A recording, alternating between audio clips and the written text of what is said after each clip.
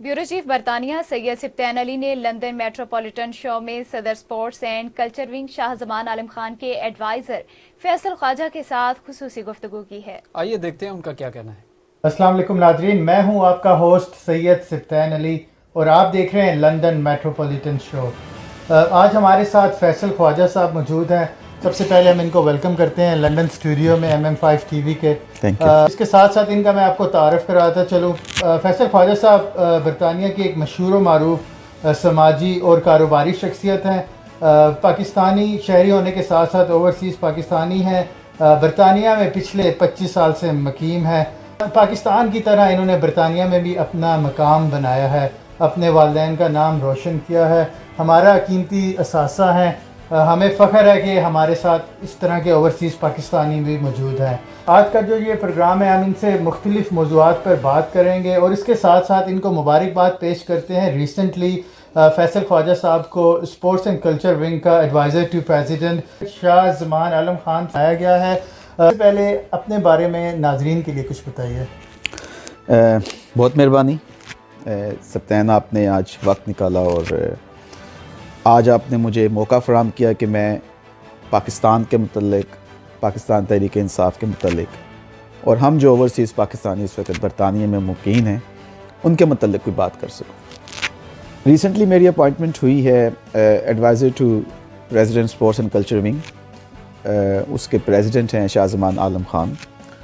उन्होंने मुझे ये एक ज़िम्मेदारी सौंपी है। उससे पहले मैं आपको थोड़ा अपना बताता चलूँ कि मैं अराउंड 2008 से एक्टिवली कनेक्टेड हूँ PTI की जो सरगर्मियाँ हैं UK में, बरतानिया में, और जो तहरीक खान साहब ने चलाई, मैं उस तहरीक का एक सिपाही हूँ जिसने खान साहब के साथ शाना बशाना खड़े होके पाकिस्तान तहरीक इंसाफ को एक जो जमात बनी और उसके बाद वो गवर्नमेंट का हिस्सा बनी और गवर्नमेंट में आई। टाइम गुज़र गया, लोग आए चले गए, लेकिन जो पाकिस्तान तहरीक इंसाफ में मौजूद रहे, जो खान साहब के साथ खड़े रहे, खान साहब उनको भूले नहीं। मेरी जो अपॉइंटमेंट हुई है स्पोर्ट्स एंड कल्चर, मैं उस पर बहुत शुक्रगुज़ार हूँ पाकिस्तान तहरीक इंसाफ का। उसकी वजह ये है कि हमारे चेयरमैन खुद बज़ात खुद एक स्पोर्ट्समैन रहे हैं सारी उम्र। उन्होंने स्पोर्ट्स खेली, पाकिस्तान का नाम रोशन किया और उनका बहुत ज़्यादा कीन कंसर्न है कि जो स्पोर्ट्स है उसको किसी तरीके से बहुत ज़्यादा पाकिस्तान के अंदर भी और पाकिस्तान के बाहर भी उसको प्रमोट किया जाए। इवन दो कि मैं एडवाइज़र टू प्रेसिडेंट हूँ, लेकिन उसके साथ साथ मुझे कुछ जिम्मेदारियाँ भी सौंपी गई बरतानिया के हवाले से भी कि मैं कुछ डिफरेंट स्पोर्ट्स में मैं पाकिस्तान की कैसे हेल्प कर सकता हूँ। यहाँ पे पाकिस्तानी जो हमारे रह रहे हैं UK में, दे आर अराउंड 2 मिलियन, और यंग बच्चे जो उनसे हैं उनकी जो एवरेज है वो बहुत ज़्यादा है compare to the older generation. हम ये चाह रहे हैं, आपके चैनल के तवस्सुत से मैं ये पैगाम देना चाहूँगा तमाम देखने वालों को, सुनने वालों को, कि आपका बच्चा अगर किसी भी गेम में वो एक टैलेंट रखता है और आप समझते हैं कि वो इस कैपेबल है कि वो नेशनल टीम का हिस्सा बन सकता है, लेकिन UK में उसको मौका नहीं मिल रहा due to some reasons, so the Pakistan is there. Pakistan has open the arms for overseas Pakistanis. आप मेरे से रब्ता करें, आप मेरे से बात करें, उसका मुझे पाकिस्तान को रिप्रेजेंट बिल्कुल वो ग्रीन फ्लैग कैरी करेगा, वो ग्रीन कोट पहनेगा, पाकिस्तान की रिप्रेजेंटेशन करेगा while he is living in UK।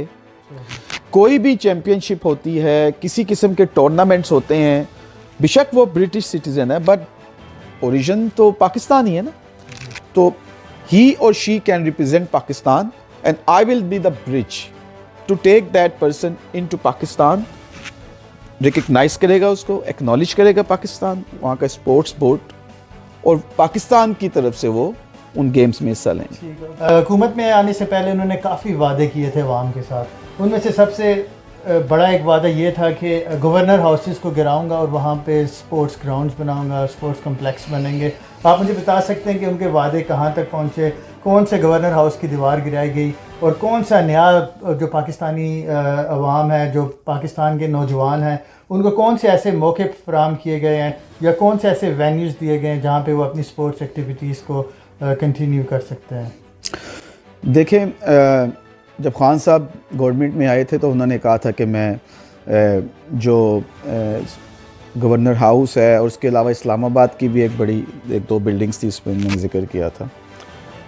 लेकिन बात यह है कि कुछ चीज़ें ऐसी होती हैं कि उनमें आप कह ज़रूर देते हैं लेकिन कुछ पॉसिबिलिटीज़ उसमें का मतलब है कि वो वादा ही किया जो निभा नहीं, वादा उन्होंने ज़रूर किया, उन्होंने कोशिश भी की, लेकिन बात ये थी कि गवर्नर हाउस एक तारीख़ी इमारत है और उसका अपना एक गवर्नर हाउस को वो लाइब्रेरी में कन्वर्ट करना जी वो कन्वर्ट करना चाहते थे। और उन्होंने, आपको अगर याद होगा कि उन्होंने एवरी संडे उसको ओपन भी किया फॉर पब्लिक और अभी तक वो ओपन है, लोग आते हैं संडे वाले दिन। और वो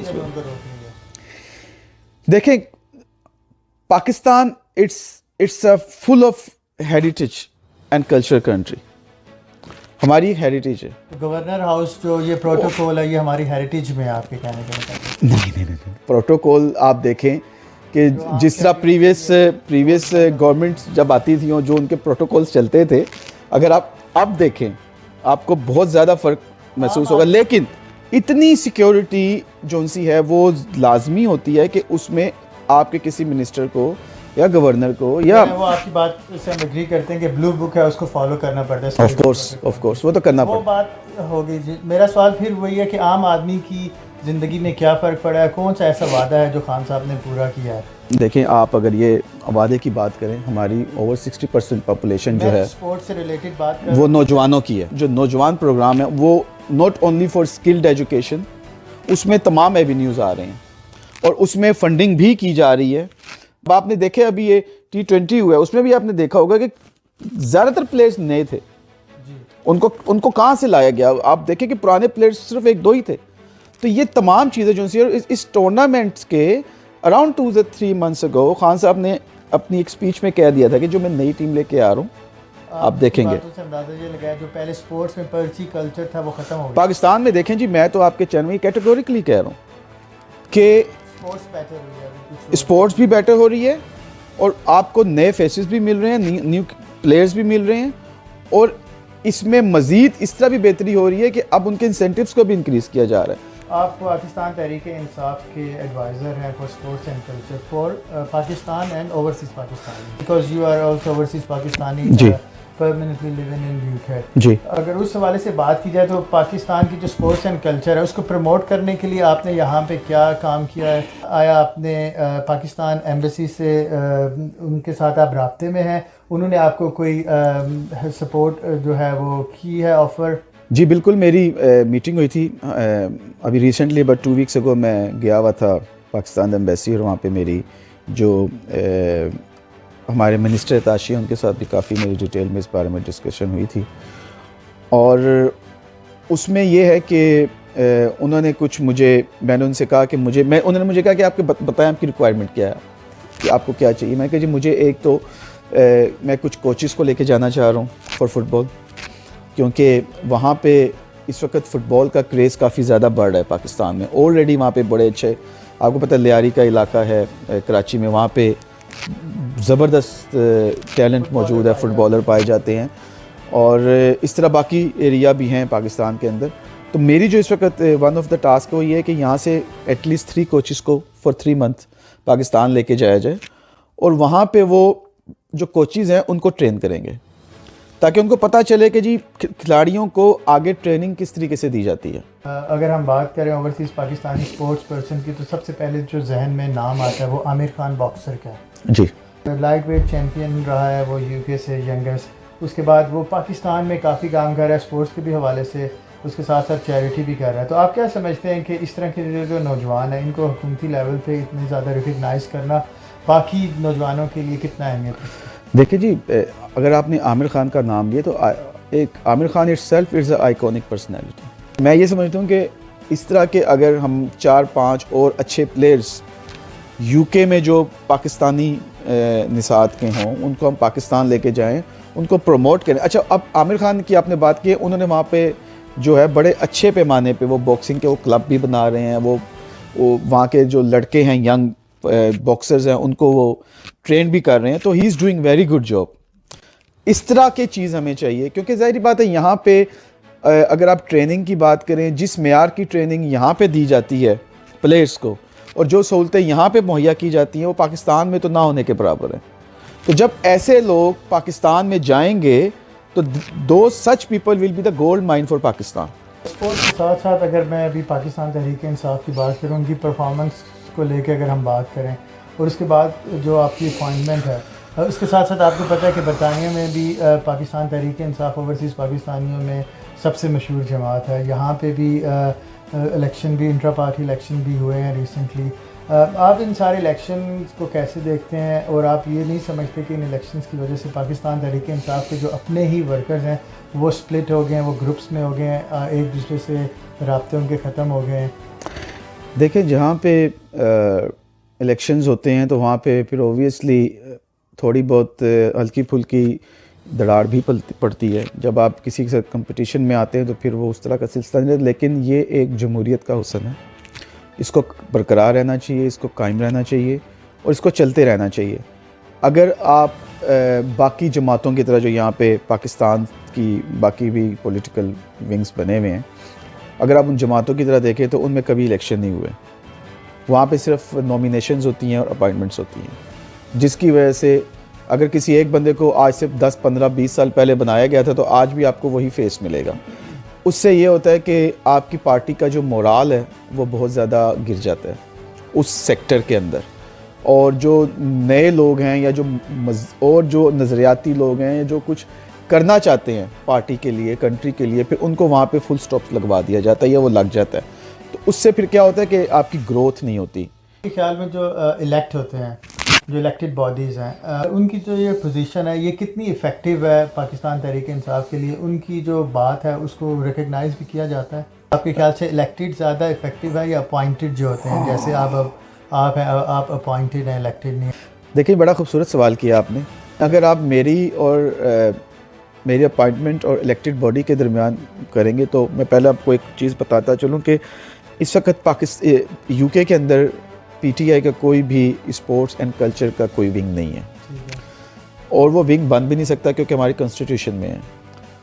मेरी जो अपॉइंटमेंट हुई है, this is the first appointment as a advisor, क्योंकि जो स्पोर्ट्स एंड कल्चर विंग है उसकी अभी इंटरनेशनली कोई विंग बनाई नहीं जा सकती, इस due to the constitution of PTI के कॉन्स्टिट्यूशन। हाँ, अगर इसमें अमेंडमेंट होती है और यहाँ पे भी स्पोर्ट्स एंड कल्चर विंग का प्रेसिडेंट आ सकता है, तो वो प्रेसिडेंट अगर आता है तो वो फॉर 4 years होगा। चूँकि वो पहले आएगा इसलिए उसकी नॉमिनेशन हुई पाकिस्तान से। आफ्टर 4 years वो भी इलेक्शन होंगे, वो अपॉइंट होके आएगा जी, लेकिन 4 साल के लिए आएगा। 4 साल के बाद फिर वो खुद यहाँ पे इलेक्शंस करवाएगा, और जो इलेक्शंस जीतेगा, उन इलेक्शंस में जो भी जीतेगा वो फिर इलेक्टेड हो जाएगा स्पोर्ट्स एंड कल्चर विंग का प्रेसिडेंट। सिंपल लफ्ज़ में मेरा क्वेश्चन ये है कि इलेक्टेड बॉडी या फिर अपॉइंटमेंट बॉडी, किसकी वैल्यू ज़्यादा है, किसकी बात से नहीं जाती है? क्योंकि उस आम में ये है कि जितने भी यहाँ पे जो इलेक्ट होके आए हैं उनकी कोई वैल्यू तो है नहीं। वो जितने लोगों ने ओहदे रखे हैं वो हर एक को कहते हैं आप ये एक और ओहदा आप ही अपने पास रखें। देखिए जी, प्रैक्टिकलिटी बहुत ज़रूरी है, आपको प्रैक्टिकल होना पड़ता है। बात इस चीज़ की नहीं है कि कोई इलेक्टेड है या कोई अपॉइंटेड है। देखा ये जाता है कि अगर किसी को किसी किस्म का इशू है या किसी ने किसी का इशू हल करवाना है तो उसकी गवर्नमेंट में किस तरह, कहाँ तक आवाज़ और बात सुनी जाती है। यहाँ के जो इलेक्टेड लोग हैं वो सिर्फ यूके की हद तक है, उनका पाकिस्तान में जो इन्फ्लुएंस है वो थ्रू OIC के थ्रू है, ऑफिस ऑफ इंटरनेशनल चैप्टर जो हमारा है, जो कि कंप्लीट जो इंटरनेशनल चैप्टर्स हैं पीटीआई के आउट ऑफ पाकिस्तान उनको देखता है। तो OIC की ये रिस्पॉन्सिबिलिटी होती है कि वो अगर कोई ऐसा मैटर आता है तो वो उसको डील करवा के दे। तो ये जो आप अपॉइंटमेंट की और इलेक्टेड की बात कर रहे हैं, बेसिकली अगर तो मेरी अपॉइंटमेंट पाकिस्तान से हुई है but I am based in UK, लेकिन जो इलेक्टेड प्रोसेस जो एक पार्टी है they are based in UK only. मेरी अपॉइंटमेंट में चूँकि मेरे president for the whole PTI sports and culture wing के प्रेसिडेंट हैं, मैं उनका अगर एडवाइज़र हूँ, इट मीन्स कि जहाँ जहाँ उनकी प्रेसिडेंसी है वहाँ वहाँ मैं उनके साथ हूँ। आखिरी क्वेश्चन आपसे ये है कि पाकिस्तान तहरीक इंसाफ की जो परफॉर्मेंस है उसके बारे में अगर आप कुछ बताना चाहें। देखें जी, लोगों को क्यास सराई बहुत ज़्यादा है और दिखाया और बतलाया ये जा रहा है कि Pakistan at the moment is in a very very worst situation. देखिए, हमारे इंटरनली भी दुश्मन है, एक्सटर्नल तो हमारे बहुत बेतहाशा हैं जो कि काउंटेबल भी नहीं है। कोविड-19 आया, पिछले 2 साल में आप देखें कि सिवाय इस दुनिया के गिने चुने 2-3 कंट्रीज़ के, everyone has got a huge sufferings, financially भी, मॉरली भी, और बाकी तमाम चीज़ सेक्टर्स हैं उनमें भी। Pakistan is not only the country के जो कि कहें कि जी वो उसमें ग्रोथ नहीं हो रही, उसमें लोगों के कारोबार नहीं है, उसमें लोगों के पास को प्रॉब्लम्स हैं, महंगाई बहुत अपने अरूज पे पहुंच चुकी है। लेकिन अगर आप नेबरिंग कंट्रीज़ को देखते हैं तो आपको ये पता चलता है कि वहाँ पे महंगाई की शरह जो सी है वो पाकिस्तान से ज़्यादा है। अगर हम यूके में बैठ के देखते हैं तो यहाँ पे भी एवरेज 40% अब तक कॉस्ट ऑफ लिविंग जो है वो इंक्रीज़ हो चुकी है। और यहाँ के हालात भी आपके सामने ही हैं कि ना यहाँ पे बिजनेसेस हैं, ना यहाँ पे कोई और मौके नज़र आ रहे हैं। मतलब लाइफ जो सी है यहाँ पे भी बिल्कुल जिस तरह फुल स्टॉप लग जाता है वैसे हुई हुई है। लेकिन ये है कि एक सर्वाइवल की जंग है और वो सर्वाइवल की जंग हम तमाम लोग जो हैं वो लड़ रहे हैं, उसमें अपना हिस्सा डाल रहे हैं और कोशिश कर रहे हैं कि अबव द वाटर हम लोग रहें। पाकिस्तान में रहने वाले जितने भी मेरे ये दोस्त, बहन, भाई, रिश्तेदार, जितने भी लोग मेरी ये बात सुन रहे हैं, उनको मेरा यही मैसेज है कि अपनी हिम्मत और हौसला उसको कायम रखें और इस टफ़ टाइम में डटे भी रहें, खड़े भी रहें और मुकाबला करें। क्योंकि ये इसका ताल्लुक पीटीआई से नहीं है। कोई भी गवर्नमेंट आएगी अगर, उनको भी ये तमाम प्रॉब्लम्स जो उनसे फेस करना पड़ेंगी। जब आप टेबल की इस तरफ से उस तरफ जाते हैं तो फिर आपको पता चलता है कि हाउ डिफ़िकल्ट इज़। माशी सूरत जो आप बयान कर दिए, मैं आपसे जानना चाह रहा हूँ परफॉर्मेंस के बारे में। क्विकली हमारे प्रोग्राम का वक्त ख़त्म हो चुका है। देखिए जी, परफॉर्मेंस के लिहाज से मैं ये कहूँगा कि हमारी एक्सपोर्ट्स बढ़ी हैं, हमारा सरप्लस जो रिज़र्व्स थे उनमें इजाफा हुआ है, हमारा जो करंट अकाउंट्स का खसारा था वो कम हुआ है, और जितने लोग भी इस वक्त लिंक्ड अप हैं किसी भी किस्म की प्रोडक्शन से, उनके बिजनेसेस हैं, दे आर रियली इंजॉइंग। तो जहाँ तक ताल्लुक है कि नीचे तक आवाम को फ़ायदा नहीं हुआ, तो मैं उनको यही कहूँगा कि it will take a little time, और इंशाल्लाह तमाम जितने भी वहाँ पे हमारे 20-22-25 करोड़ लोग हैं, they will get benefited. Pakistan turning into a digital country, और उसमें जब आप हर चीज़ को डिजिटलाइज कर देते हैं तो फिर जियो प्रॉब्लम्स आपको इस वक्त फेस हो रही हैं। जैसे कि रिसेंटली अभी वो इलेक्शंस के लिए डिजिटल मशीन का जो है वो मंजूर कर दिया था इन्होंने बिल कौमी असम्बली में वोटिंग के लिए। तो ये चीज़ें जो सी हैं, इनसे क्या होगा कि हर चीज़ जो है वो मेरिट पे आ जाएगी, और जब लोगों को प्रॉब्लम्स होती है अपने मसाइल को हल करवाने के लिए, उनके मसाइल हल नहीं होते, ये तमाम चीज़ें आस्ता आस्ता अब ठीक हो जाएंगी। बहुत शुक्रिया फैसल ख्वाजा साहब हमें लंदन स्टूडियो में टाइम देने का। नाज़रीन, आपने सुना फैसल ख्वाजा साहब को एडवाइज़र हैं sports and culture wing Pakistan के। अगले प्रोग्राम तक दीजिए मुझे इजाज़त। देखते रहिए MM5 TV।